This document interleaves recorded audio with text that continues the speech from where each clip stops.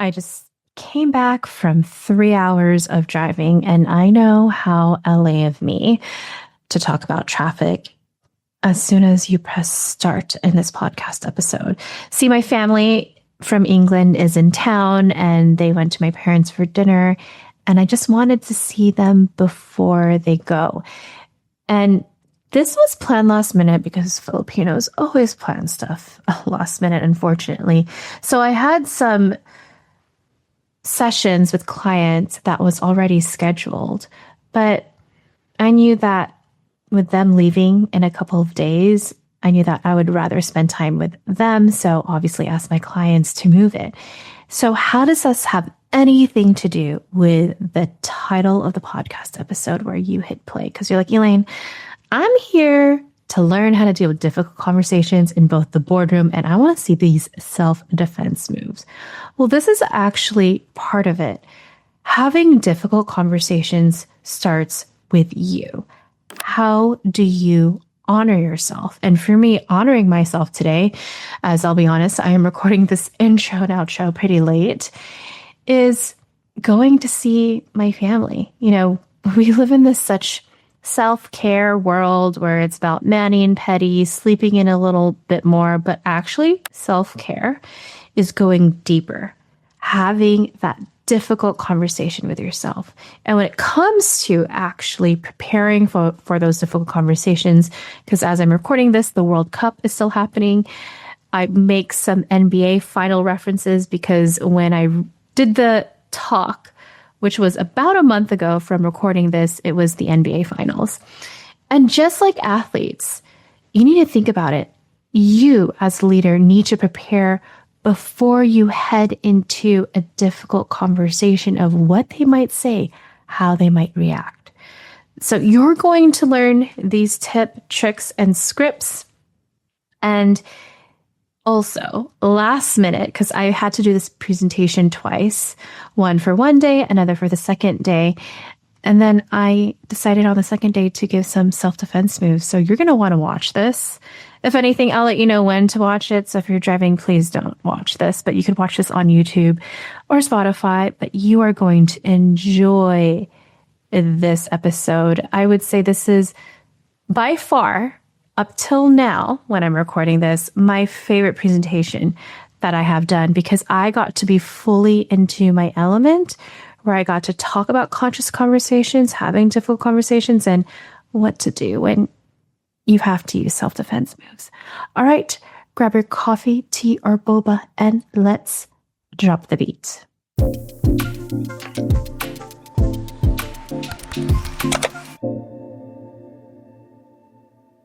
So just did 21 coaching sessions at Women Leading Travel, did 2 communication workshops in self-defense.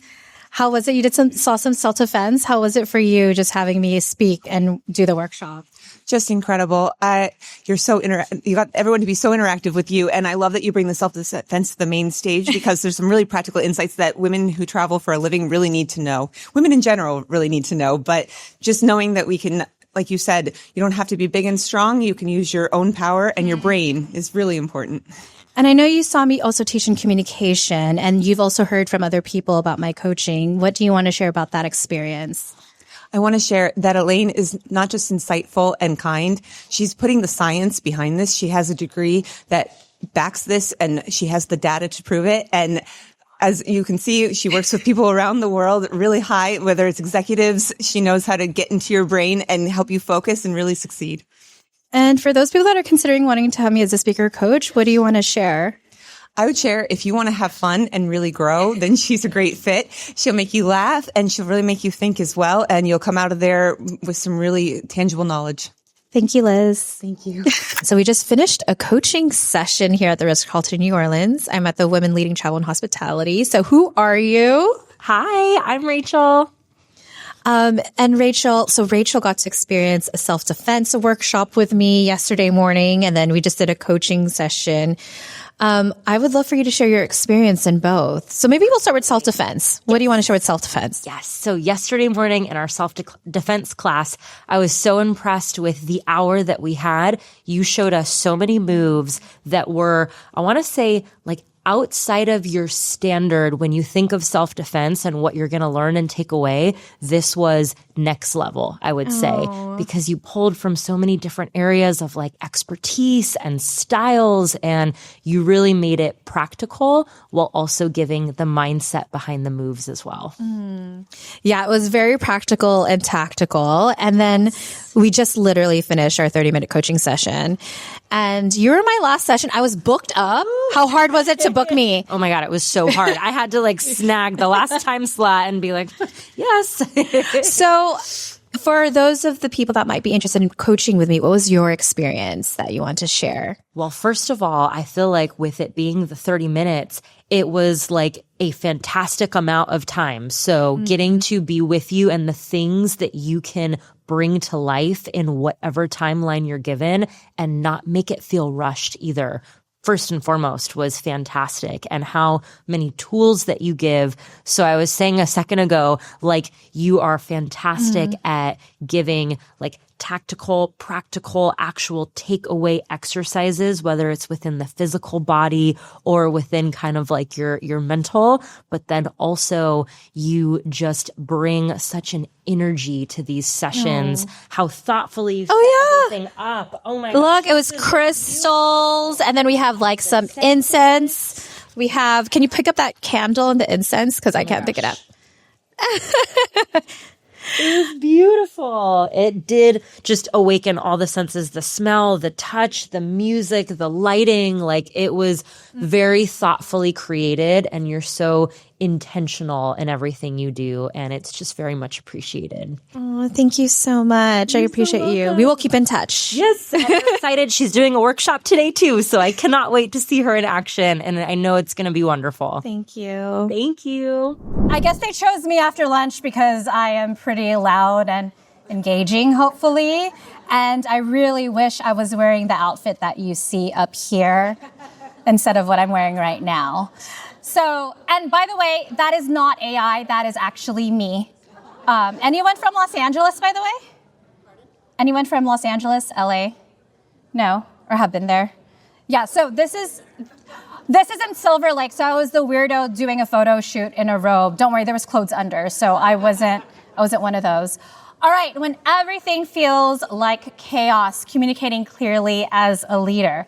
So I am curious, what sport did you play or do you currently play? I just want you to yell it out loud. Basketball, volleyball, pickleball. That's why pickleball is there. Okay. Yoga?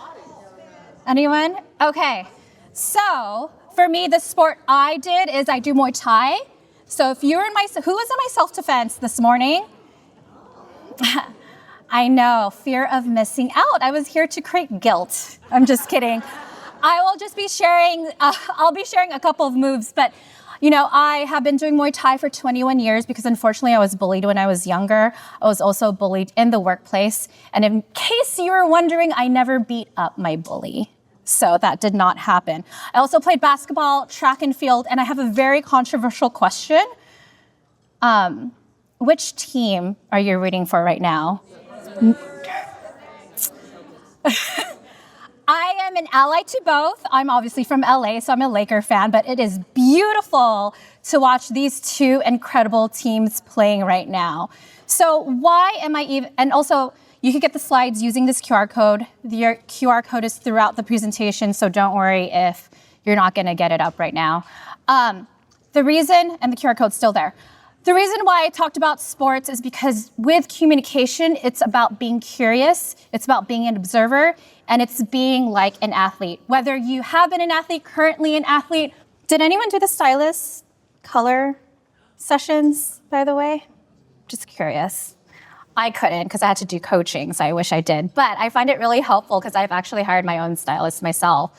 So when we make decisions, so often it comes from data, right? Supply chains and systems and numbers, but what people forget, it's also communication, which is what we see in sports as well. So anyone watch Spider-Man? I'm just curious. So I am saying you're not alone because in this presentation, every single presentation, all my one-to-one coachings, which unfortunately I am booked solid, is I ask for feedback. I don't do a copy and paste when it comes to my presentations. Similar to how when you have those high-stakes conversations and those meetings, it shouldn't just be a copy and paste. Just like the Knicks and the Spurs preparing for the next game, my question to you is, before those meetings, do you also prepare? So for example, Lakers, I'm going to bring up Kobe and Shaq. They hated each other. And even though they hated each other, they had still a common goal, which is their championship. And they had to figure out how to communicate with one another. So the reason why I have this slide up, that you're not alone, is because I just want to share with you the data that I've compiled when I prepped for this workshop. Here's the top 3 challenges. There's a lot of gifts because I'm an elder millennial. The first is information overload. One of you have shared this. The amount of information initiatives coming at me, I'm having to filter, triage, prioritize before it even reaches my team. I'm seeing a lot of head nods. And I love this quote by Esther Perel. We have been more connected in this world, but we're also more disconnected. It's easy to use a screen, so we're not having those hard conversations. The second challenge, role ambiguity and lack of clarity from above. One of you shared the lack of clarity with where the company is headed. Third challenge is communicating under emotional pressure. The goals for the next 5 years. This is, if any of you have been to my virtual events, I have done 2. This is my first in person with all of you. What's interesting is the number 1 goal for majority of you is advance to a higher leadership role. So by the end of it, I'll actually share tactical and practical things for you to advance to that higher role, whether it's within your organization or another as well. Second, leading and influencing at greater scale. Third, career transition. What movie is this, anyone? Okay, harder question. What is the phone she threw away? Sidekick! And then what you want immediate and usable tools, not another motivational talk. I always joke around with companies that I work with. I'm not here for inspiration. I'm sure I could be inspirational and motivational, but I want to make sure I provide practical and tactical.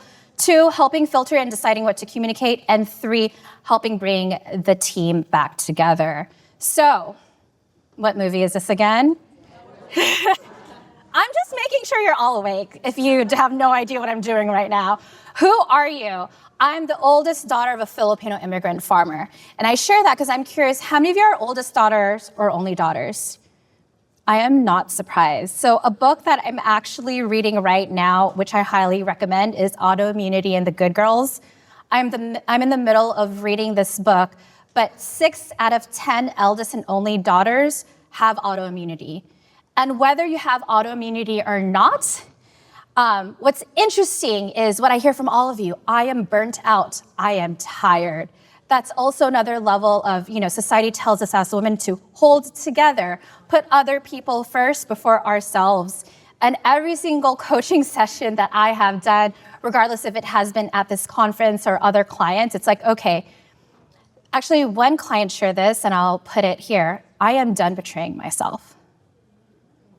And my question is, are you brave enough to listen to yourself? Which I haven't gone to other sessions, but it seems like it's been a common theme that you've been hearing, because I think because of Hollywood, we think it's like this booming voice, or you need to wait until this life situation that happens. But the reality is what you need to do, it comes in whispers. And are you brave enough to listen to those whispers as well? So self-care is more than just nail polish, massage, and traveling, which I love doing. Self-care is having these tough, honest conversations, and it starts with you. So I've trained and coached Fortune 500 leaders. I have online courses with 30 plus universities. My number 1 watched course that I do is called Identity Crisis, How to Realign Your Career with Your Life, which I feel like everybody is having nowadays. But I'm more known for my 300 plus client reviews. I helped my client, Shayla Gage. She was the former VP of Starbucks, and now she's a VP at Signet Jewelers. But I've also failed. I've been fired, let go, and bullied.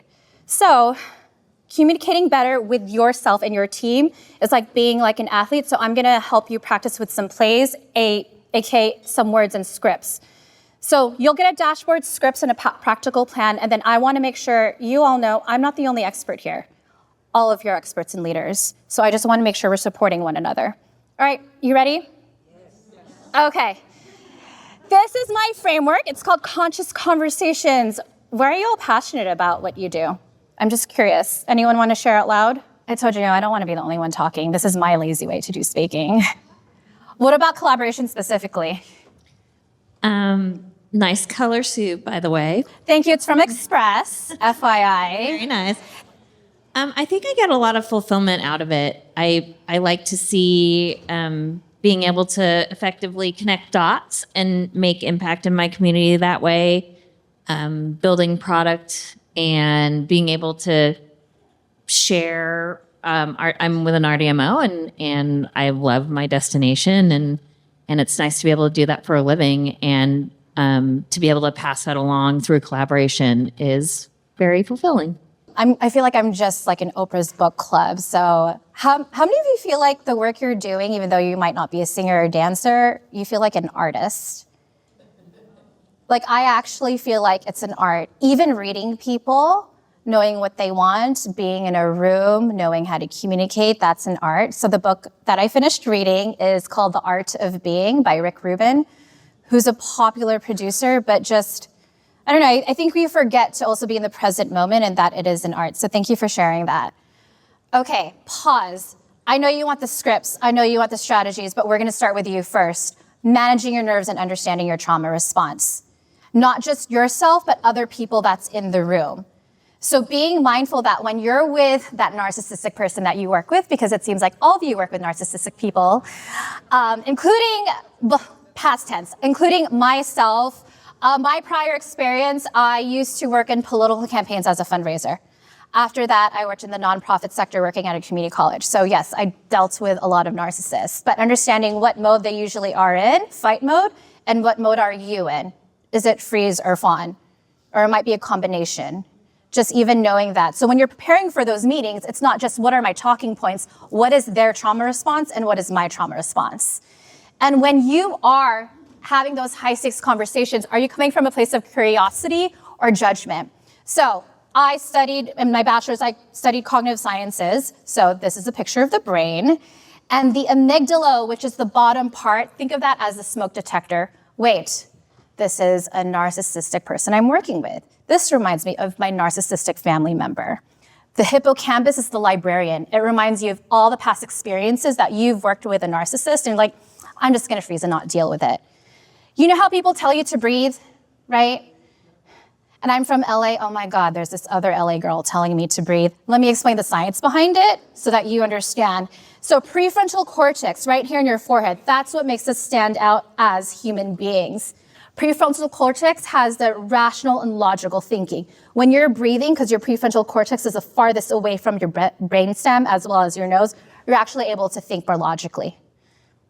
That's why when you breathe, you're able to think logically. If you've ever had an anxiety or panic attack or you felt stressed out, watch how your breathing is. It's probably really short.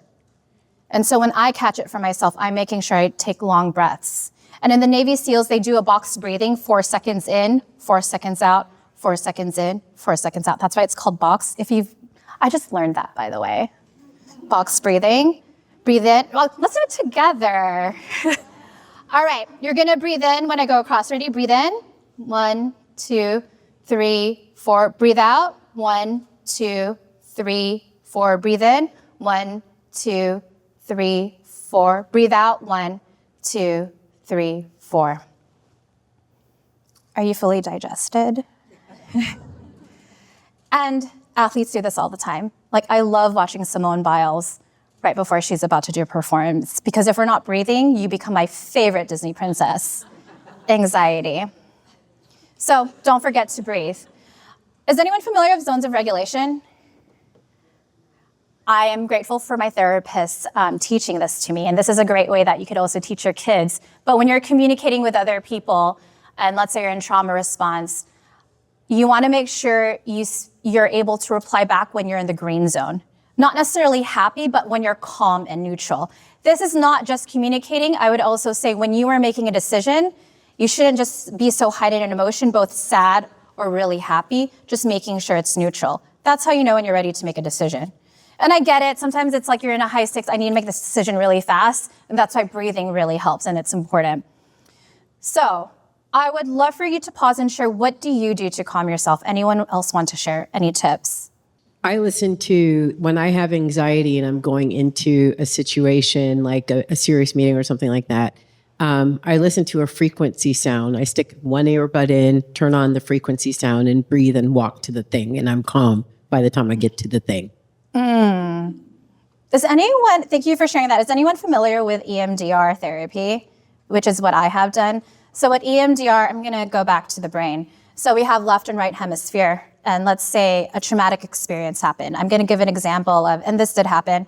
I was 3 years old. My grandma said, don't touch the hot water. What do you do when you're 3? I touched the hot water because I don't listen to rules. And then, my hand is fine, but I had 3rd-degree burns. So when I hear the heightened state, like yelling, I get into freeze mode because it brings me back.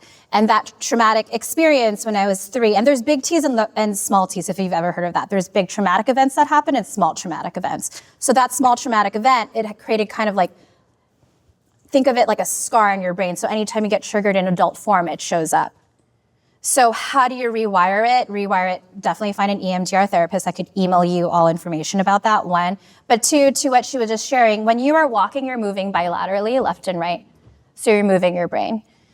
If there's states when you can't move left or right, you could do butterfly, but I know that's probably weird when you're doing it on Zoom. Or you could just do this, left, right, when you're doing it. And I would also suggest breathing. So when you're working with a narcissist and heightened, you could also phrase back, hey, I want to make sure I get this right, or let me think about it for a second. And it's important to slow your pace by 30%. So I'm sharing this because I know we live in a social media scrolling, and we feel like we need to respond right away. I would say you don't have to. And you could also pause like, hey, let me get back to you. Or I want to be intentional, let me process this for a bit. You don't need to respond right away. Like, I really care about this project, so I'll get back to you. And I get it if you have to think about or decide about it for a minute, just like, give me a few seconds right now. Okay, perspectives and priorities. So this is a situation, one of you shared the amount of information initiatives coming at me, I have to filter and triage, or I need help getting the C-suite to understand what the team is handling. And going back to the book, Autoimmunity and Good Girl, being a good girl is not just helping, it's a reminder, saying yes to everything is not loyalty, it's also self-abandonment.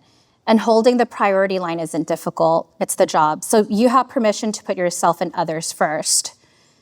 And remember, and I get it, we say this all the time because I love being a woman and we are emotional, but saying my team is overwhelmed is not helpful to hear for the business. What they want to know is understand what the risk, the cost, and the outcome is. And your job is just to translate the team's reality with their language, with the corporate language.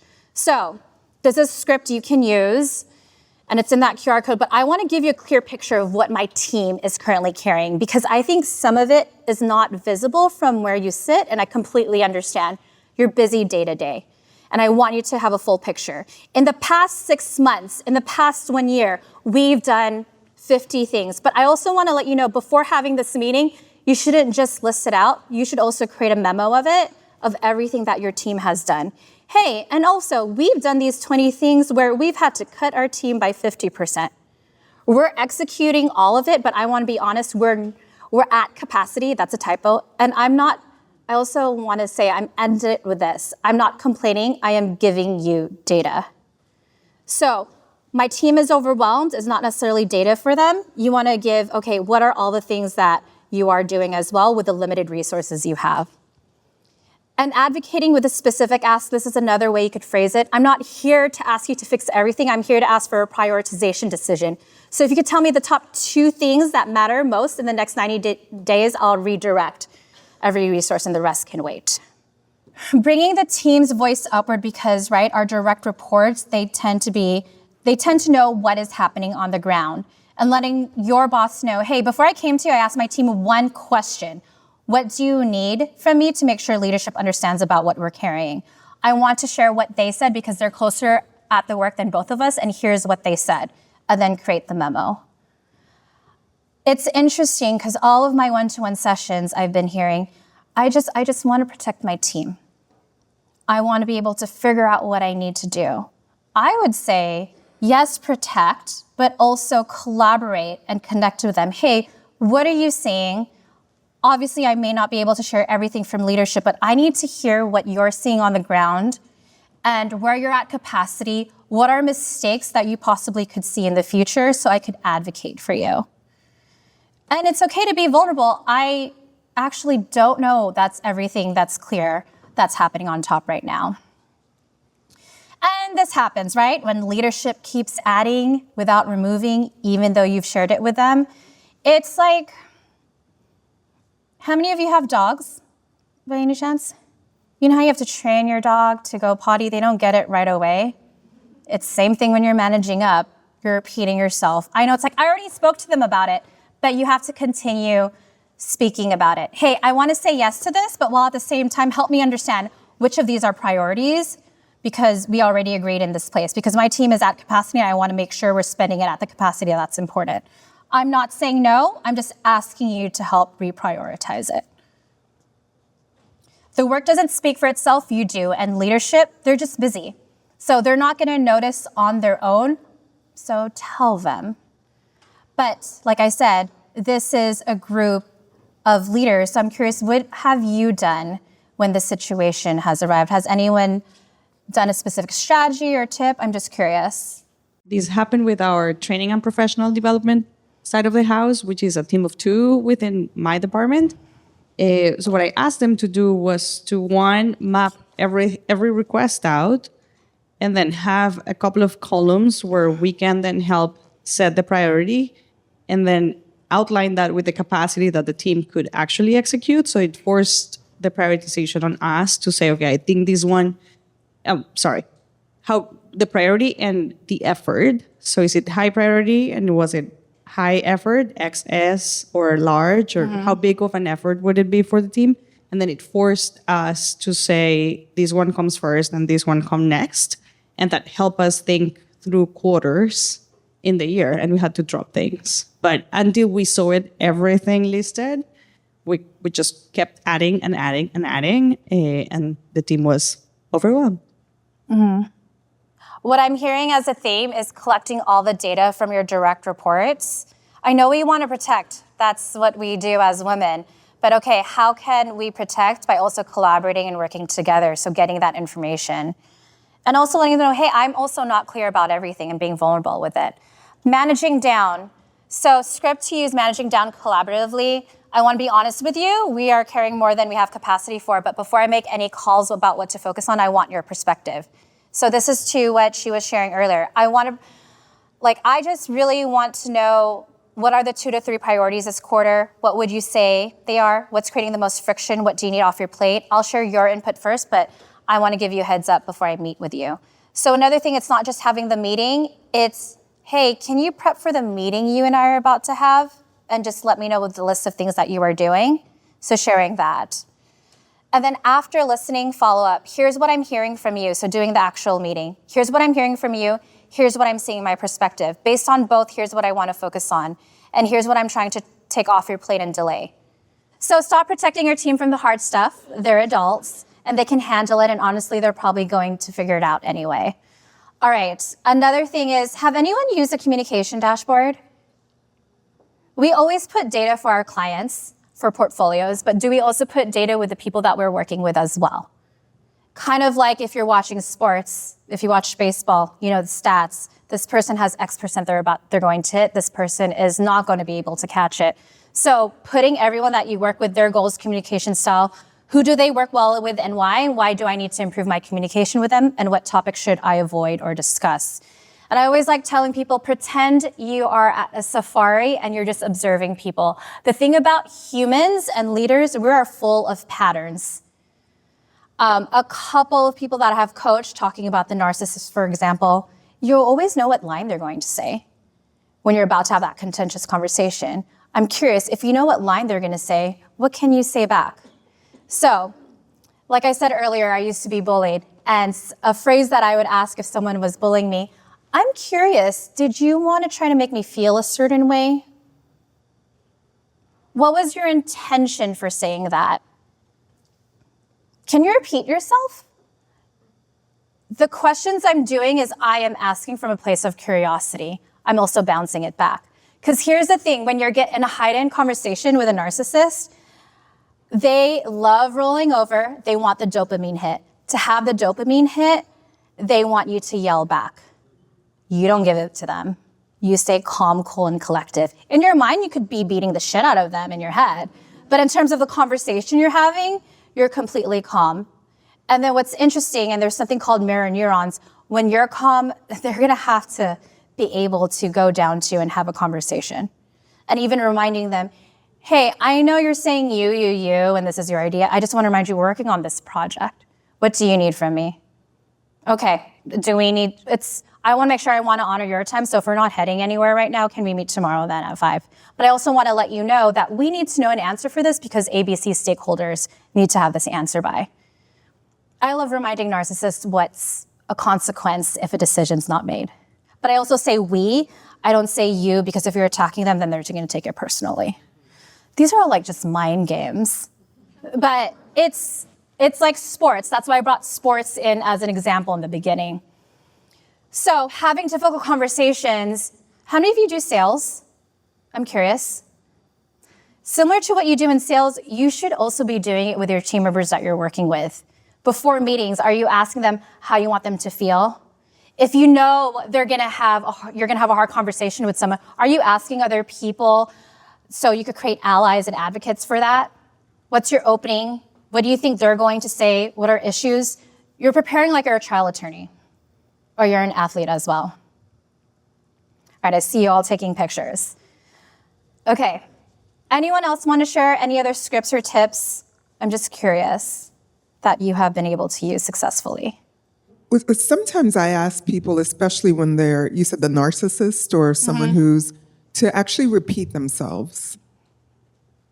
And it almost stuns them, as if I'm like, I just want to make sure that I heard you correctly. Yes. Can you repeat what you just said? Yes. And just pause and look at them. Like a dog. Yeah. Yeah. Yeah. Yeah. And I get it. Yeah. And I get it. We're in like trauma response. He just said that. So if we're in trauma response, a good script I like using similarly, like, can you repeat yourself? Because they know what they're trying to do, that dopamine hit, they want to make you feel less than. And what happens in their brain is like, fuck, Elaine figured me out. And I was like, yeah, asshole.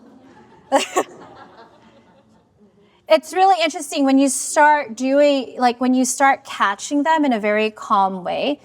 It's like, oh, I can't get her anymore. And it's amazing. When they say something under their breath, and they do it because they want you to hear it, but then not really for others not to hear them. And then you say, I'm sorry, can you speak up? I couldn't quite hear you. And then they have to repeat it. No, I didn't say anything. It's like, no, you did. Please say it loud enough so that then they realize that they know that they look like jackasses. I've been cussing. I think you're allowed to cuss here, so yes. No, she'll report back. No. But it's, and I actually used to do internal audit before, and I would do fraud investigations. And when you're my type of person. When you're getting those kind of people that have just been caught in a lie or doing something wrong, or even just not doing their jobs properly, it's not like you were going to get fired for making a mistake, but they go into that mode of like, this person is whatever they want to refer to you. I would just ask them, I'm sorry, I didn't quite hear you. Did you say something? Say, no. And then they're the ones that look like cowards. I just like asking questions. Yes, there's another hand right here. I think one of the things that we do in our organization is that if somebody comes into a conversation with an emotion or at a level that's unexpected for that conversation, we stop the conversation and we ask that question. Where is that emotion coming from? Because it doesn't seem equal to what we're talking about. And typically it's a defensive stance. And they'll be like, yeah, but I'm like, no, we're not talking about the thing anymore. We're now talking about you. where is that emotion coming from? Because typically it's not me and it's not the thing. It's something that person is dealing with, and let's talk about it right now and take it off the table. It's the pattern interrupt, because there's so much, that's why I start off with the trauma response before I share the scripts. There's so much in the trauma response and they're just in the tunnel vision. So then when you ask the question, where's the emotion? It's not emotion. This is facts. And you just nod and do the head and start looking. Another thing, when someone's kind of steamrolling and just talking over you when you have that beautiful idea that would actually answer the question, but they just want to hear themselves talk. A little tip is saying their first name over and over again, but in a calm way. So saying, Elaine, Elaine. The reason why it's a pattern interrupt is when someone calls you by the first name, you think of your mom or dad calling you. So then they stop. As opposed to, wait, can you stop? Instead of doing that, just say their first name. What I want to make sure you get out of the workshop is just little tips. Has anyone listened or read Atomic Habits? Love that book. And the whole concept of it is just 1%. I think we just live in an Amazon Prime world where we think we need to just change automatically. I'm just going to be confident, but it's okay, I'm just going to start practicing the repeat part. I'm going to start saying the first name. I'm going to just start breathing. What is one thing you could do? That's what matters. All right, preparing. Here's another situation, being relevant to all audiences, reading the same communication. When leadership is unclear, be transparent and collaborative. So here's another script you could use. Here's what I know right now. Our structure has changed. Here's what I'm still working to clarify, what it means for us day to day, and how I'll hopefully have more information by this date. But what you can count for me in the meantime, I'm your point of contact. So can you please let me know about challenges? I think so often we think we need to know the answer, but we could just be transparent. I don't know the answer, but tell me your challenges so I could let them know as well, because your challenges is our challenges as well. Another thing is keeping a diary and track weekly of what conversations has happened in the past week, what's worked, what didn't. Similar to sports, you see these athletes, once they always look at their iPads with their replays. I know it's really uncomfortable, but actually saying, oh, this person felt uncomfortable with the tone I did. What's in my control, what's out of their control, and any updates you should be aware of. These are other anonymous coaching sessions from the form I sent. Some tools to navigate the current climate, space to connect and elevate one another, and community strategy to direct reports and outside partners. It's not about being certain, it's about being present with everyone. So when things aren't clear, this is just another one to phrase it. I'm gonna go to the next one. This is a time management decide method I like doing. It's all the D's. Discern, is this a priority or not? Delegate, does it have to be you? 3, do you just need to do it? 4, delete. 5, delay. Or do you need to discuss it as well? So when it comes to meetings, do you know when watching Netflix, how they practice for it? They just tour around the country before they have a Netflix special. But it's not just them looking at what they're saying. It's also they have a cameras looking at the audience's reaction as well. So if we have comedians doing that, that should also be something that you are reflecting as well at meetings. So going back to pause, after you have that high stakes communication, what's the debrief? Just checking in. Similar to what Taylor Swift and Beyonce do, they do the same thing as comedians. I know some people get annoyed because they always change their set, but they change the set based off the feedback that they're getting from their audience members. And when I say feedback, it's not necessarily what they're saying, it's the energy they feel in the stadium. Oh, this song was not the right fit, I need to change it later. All right, so I'm gonna talk about how to get a raise and move to the next level. This is my 3rd time presenting, and based off my data, 86% of you wanna get a higher role. So to get to the next level, it's doing the homework first. And all of this is in the QR code, just in case you end up taking pictures, because the next slides are the best ones. 1, print out your current job description. 2nd, print out the job descriptions of the future role that you want at current companies and yours. And what you want to do is compare the two, the current job, the job that you want. And be honest, which roles and responsibilities are you doing? The 3rd piece, are you familiar with the brag sheet? Just curious. I see some nods. I know women don't like brag sheet. You could call it value add because this is corporate. You should have a Google Doc, a Word doc of all the things that you have accomplished at your company and continue to update it. Continue it. It shouldn't just be because you are applying, but continue updating, and also put numbers as well. What people forget when you're trying to get a promotion within your organization, it's not just you demand it, it's also understanding the influences, the people in the organization. So create a table of everyone that's influential and of the leadership, and be transparent. Which ones do you have a great relationship with? Which ones are you okay with? And which ones do you need to work on?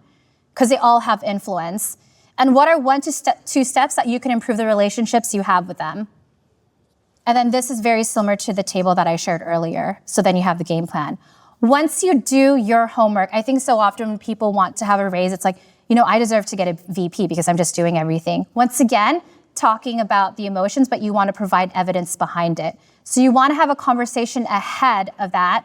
Say, hey, I want to talk about my career path and where I'm headed. My goal is VP, SVP within 6 months or a year. Here's a memo of everything I've outlined in my current role, things I'm doing at my current role, and I've also researched VP jobs where I'm actually doing about 90% of the responsibilities. I want a plan to just close that remaining gap. Here's what I need from you. I would like feedback. What do I still need to accomplish to get there? And will you be a part of making this happen? And who else should I improve my relationship with? You're having a direct and honest conversation with them. And if they're like, well, I don't have an answer. I don't know. You already know we did a layoff and there's budget cuts and all of that. I understand. That's why I'm having this conversation right now. So can we just check in every 90 days?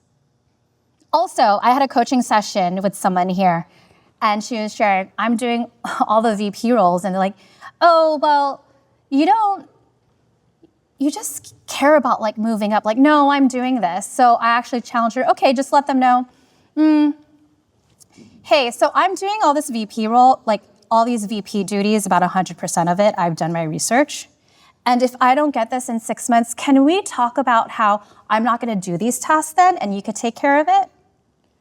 So you're giving them choice. Either you give me what I deserve to get paid in this title, 1, or 2, let's talk about a transition where you're going to be doing this work as well.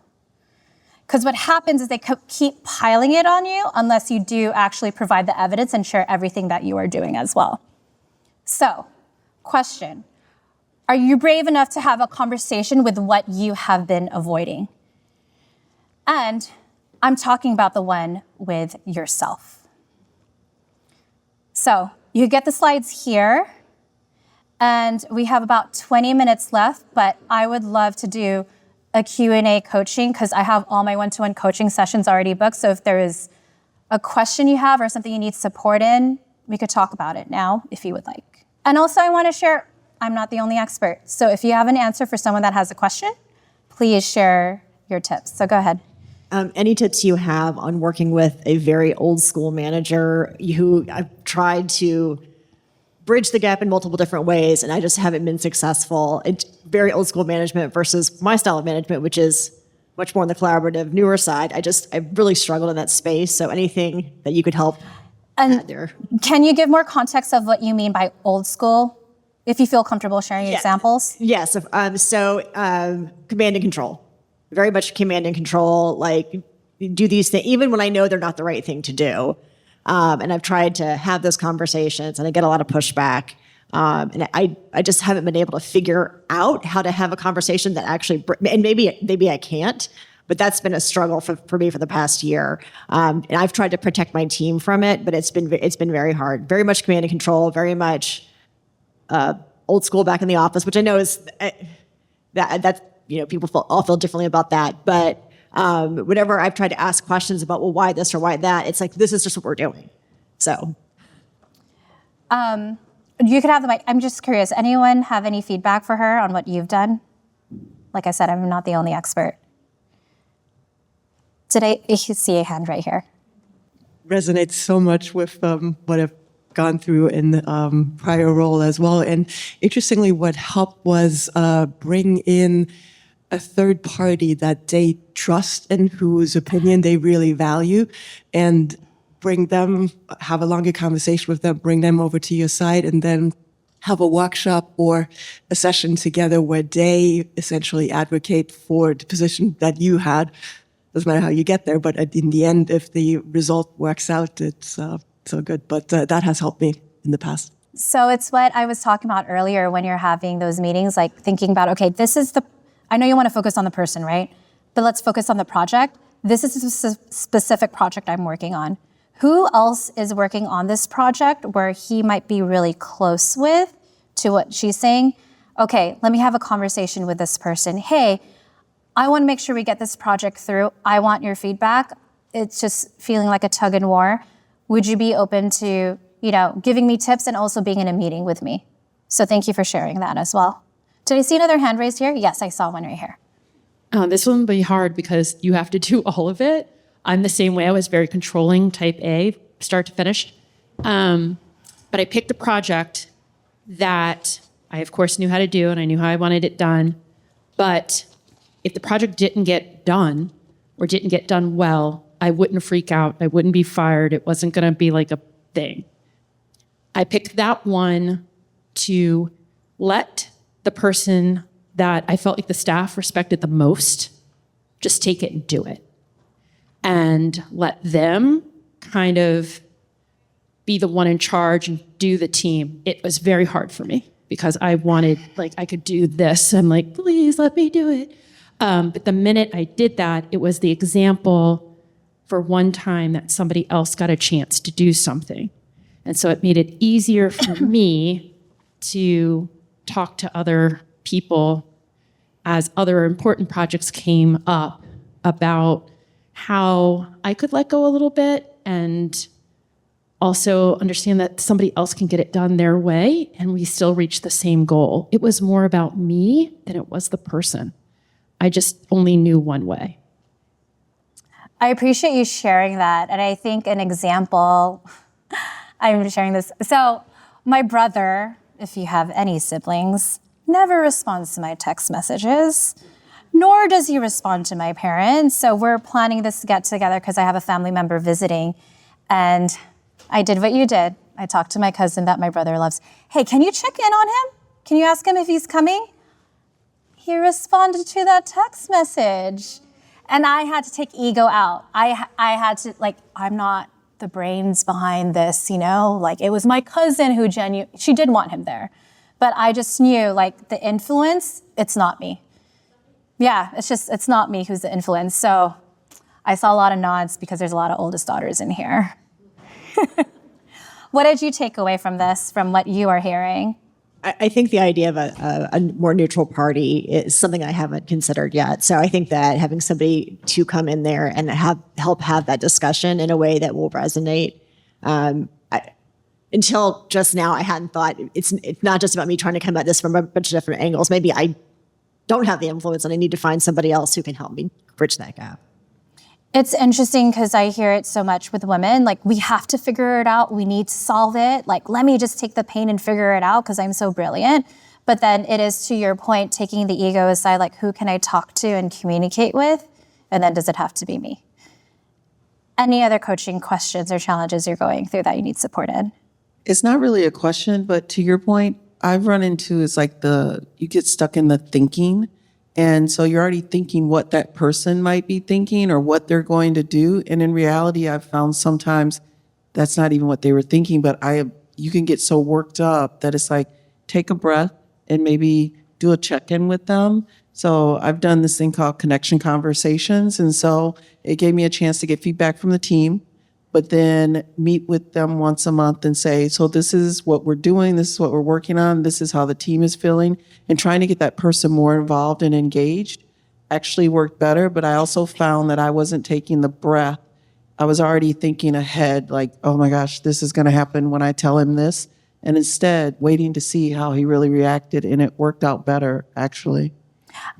Keep the mic because I have some questions. Yes. Which is, when you have the assumption that they're thinking this way, I'm curious. I already know for me, but I want to hear from you. What are questions you ask? How do you start that conversation with them? So instead of starting the conversation and asking the question, I tried delivering more information to cut down on some of the questions, because I recognized that there was a learning gap for them. So sometimes I thought, oh my gosh, you asked me that last week. Now we're talking about it again. And it's is this catch me? Is this to make sure I know? But what I realized is they really didn't know. And so what was coming across to me and me thinking you're challenging me and my team and what we're delivering really was giving that person information to help them. So I found the more we pushed information, the more we created like project logs so they could go and find information.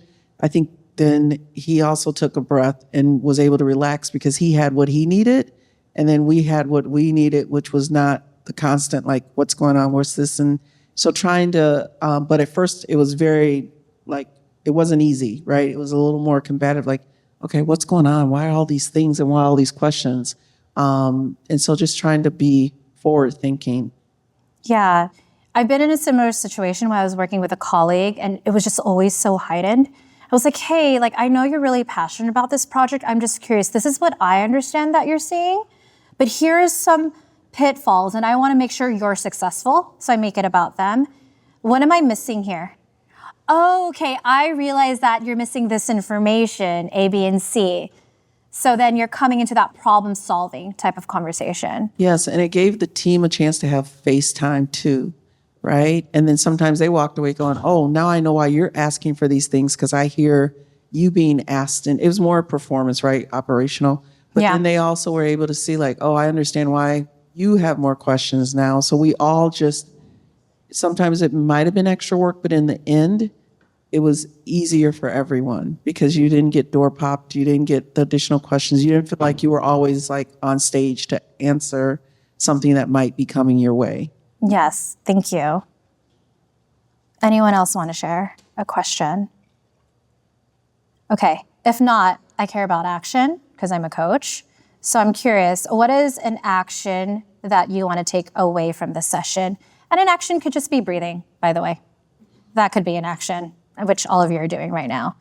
So any actions? Because I just want to hold your asses accountable, that's why. Thanks. I really like the communication dashboard that you put up. And so an action I'll take is really taking that back and thinking about for the different kind of levels and layers that I work with, some of those columns that you had and filling that in to help me ensure that I'm talking the right way and communicating the right way with the different people with whom I interact. Thank you. And similar to what we do when we have sales conversations, we're always updating the profile, right? For our clients and for leads, that dashboard should be consistently updated as well. So thank you. Here in the red, and then there's one in the back. I really like the slide about giving the timeline to your boss, about, your specific goals. And if they're not ready to have that conversation, like having that check-in and like doing the tasks that you're doing, because oftentimes that happens, like, oh, I'm not ready, or the budget or whatever. And so like being accountable and having them being accountable for what the next steps are. And I think I made a quote right now, but like we have very strong feelings, back up the feelings with facts. Yeah. And that's what you presented to them. Because I get it. It's like, I'm really overwhelmed. Like, hey, we're at capacity with less team members. These are all the projects that we've done. And you know it because 3 years ago, we were able to do this amount with more. And that's just not working right now. All right, we have someone there in the back as well. We are actually, Jenna had a great idea that we're going to do a book club with your book for our Marriott team members that are here. Oh, yay! Another book I'm going to recommend, some of you might have read it, is called Rest is Resistance by Tricia Hershey. Is anyone familiar with this book? Okay, that needs to be in the next book club. Okay, Tricia Hershey, she's known as the nap minister. Yes, she gets paid to do workshops for you to take a nap. Elizabeth, pay me for that next year. But the reason being is because in this society for us women, because we give so much, the way it works is like, let me just make her work the whole time. But really when you rest and you pause, you listen to those whispers, that's where resistance is. The resistance to, wait, I deserve a raise. Wait, I'm doing what 2 direct reports are doing and I should be doing this. So that's the next book to read. Okay. Well, ladies, thank you so much for your time. I hope you take at least one action from this, and I'll be here if you have any other questions. So thank you.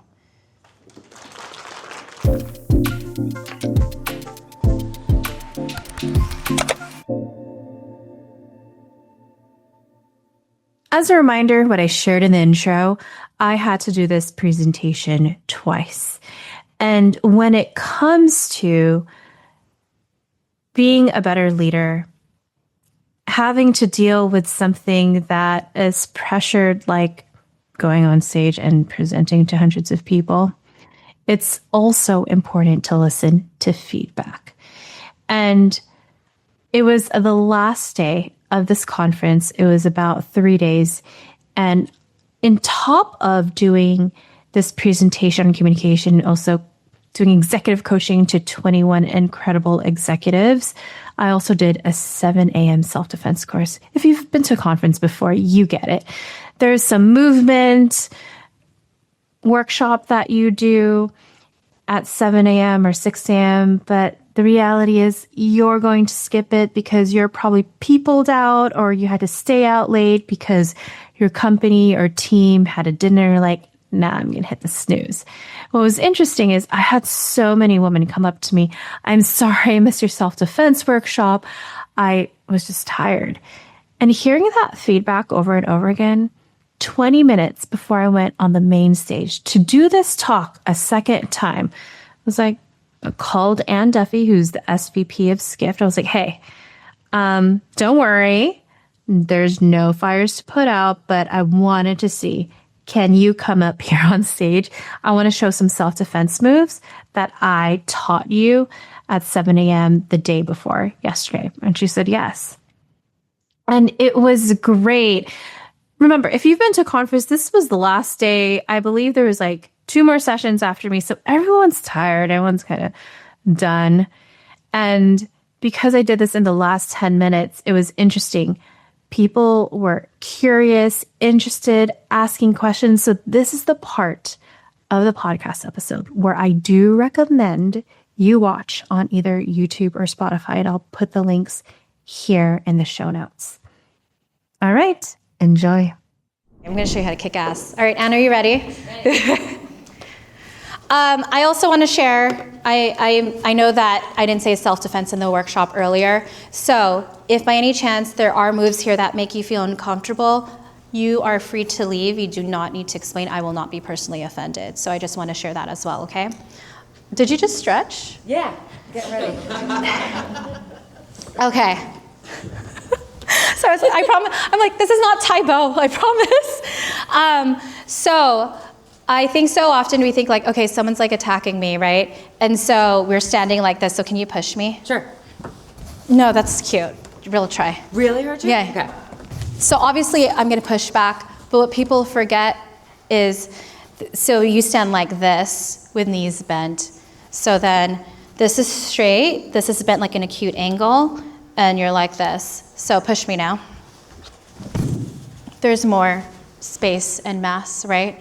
So when something happens to you, I think so often it's like, also, sorry, let me rephrase it. Let me start in the beginning. So has anyone watched Enough by J-Lo?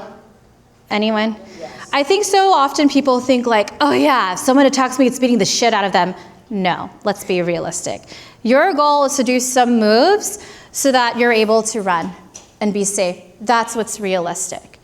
And so I want to let you know when it comes to self-defense, and this is not just self-defense. I also was telling Elizabeth, and I want to do this for like a next event or conference. This is also similar to when you're having high-stakes conversations. There is a power in de-escalating a situation, not escalating. I will say that again. There is a power in de-escalating a situation, not escalating. So, she doesn't seem like an attacker, by the way, so I know it's hard to believe. So if she's attacking, it's just even putting the hands up like this, like, hey, don't want any harm. You know, like, are we good? Just using even just this thing. But if I do need to attack, putting my hands up, and so I'm gonna, please. By the way, Anne was in my self-defense workshop, so she became an expert in self-defense 2 days ago. I'm ready. Okay, so the hands are up in the face because this is really helpful. And when you want to punch, so there's a 1-2. So often people think a punch is just the arm. If you notice, it comes to the power here. Was that better to see from behind? I think, or forward. Do you want forward? Okay, move the power here. I'm squashing a bug. I'm just using analogies. I'm squashing a bug from the shoe, and I'm moving my hip. Any Latinas in here? This is like salsa. So it's right here, right? And then shoulder, I'm moving my shoulder back, and it's like this, right here. Look at her, so proud. Another thing too, and you can practice it with a wall, your elbows are tight. You see fighters like this. Your organs are here. So practice with the wall so you make sure it's like in and out. I'm so proud. Proud student. The most powerful one, it's called the cross. So move this one here. So she squashes the bug. Oh, no, keep going. Okay. Go. Yeah, so look, she squashed the bug, and then she stretched out right here. Another thing is when you do a punch, it goes back to your face. You need to protect the face. This is the most sensitive, the eyes and the nose. So when you hit someone, 1, 2, you need to go for here. So, and then another thing is when you're punching, it's here in the knuckles, not here. It's the knuckles, because you could break this. If you're like, Elaine, I can't remember all this. It's the wrist here. Just do like that. Just hit it in the nose like this. Don't worry, unless you want a nose job, I could do that. So there's that situation. It's like a 1, 2, and then you could run away. What other moves? Actually, I want to ask you, what moves did you like that they would want to learn? Which moves did I like? We can't do it here, but it was the wrist one was really good. Oh, the wrist one. Okay. This is classic. So, hey, there's skincare products. Come with me. Wow. Yeah. It was funny yesterday when I was doing the training. I was like, there's candy in a white van. I was like, oh no, these are ladies. They want the skincare products. So here, you want to try to create a hitchhiker thumb, and it goes out like this. You're working against the anatomy. By the way, I think what you were sharing earlier, like people think it's like being the strongest. It's actually about just using your brain, 5%. Look, that's not like strength. I'm actually, go. Skincare. Okay. Because I'm small. It's just a matter of like, I'm not the strongest person. Yeah. It's just a matter of. I had a question. We could kind of do it, the push against the wall, and then we'll do the floor. I like the one where you get out of it. Which one? From behind. Oh, yes. Okay. So you know how all of you do groceries, I guess, or put stuff in your thing? Okay. Hey, there's skincare routine. Go, come with me. You need to do it faster. Okay. Okay. Ready? Ready. You see her leg? This is called the grapevine. So she's circling around my leg. It locks it. Yep. They don't believe me because they're tinier. So. Okay.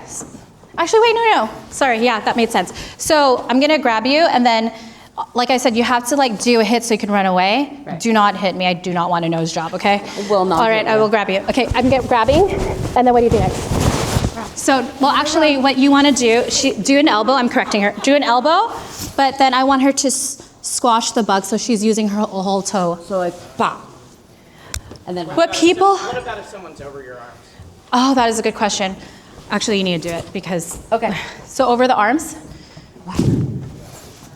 like this. I think so. Put your legs and your butt are like really big muscles, so you're moving up too. I want to do the wall one as well. Okay. That someone shared. I know there's no wall here. So. Okay. Like this. Yeah. So let's say there's a wall behind me, right? And she's attacking me. Putting my wrist here, and ding. Okay. And then elbow her. That was in strength, right? I used 5% of my body. Ladies, you are very smart. Okay? Similar thing. If she was choking me too, I do Muay Thai. Okay, I'm gonna grab. Yeah, no. You know what I'm gonna do, right? I'm ready. So let's say she's choking me. I'm going closer to her. And then I go can't grab. get out. Yeah. Because you're brilliant. It's like these are small things. Yeah. Okay, I'm gonna show the floor one. Okay. All right, I'm gonna warn you, I'm gonna show, there's 2 sexual assault ones where she's with consent. Are you okay with it? I'm all good. To go, well, actually, I'm gonna do it on you because you're tinier. Yeah. So it's more believable. I was gonna say. So can I mount on you? Please. Okay, so I'm on top of her, right? Go this way because I'm gonna fall off the floor. Okay. So I'm right here. Same thing with the wall. What are you gonna do? This, and then down. Pull down, and I hump her off. Do you see how tiny she is?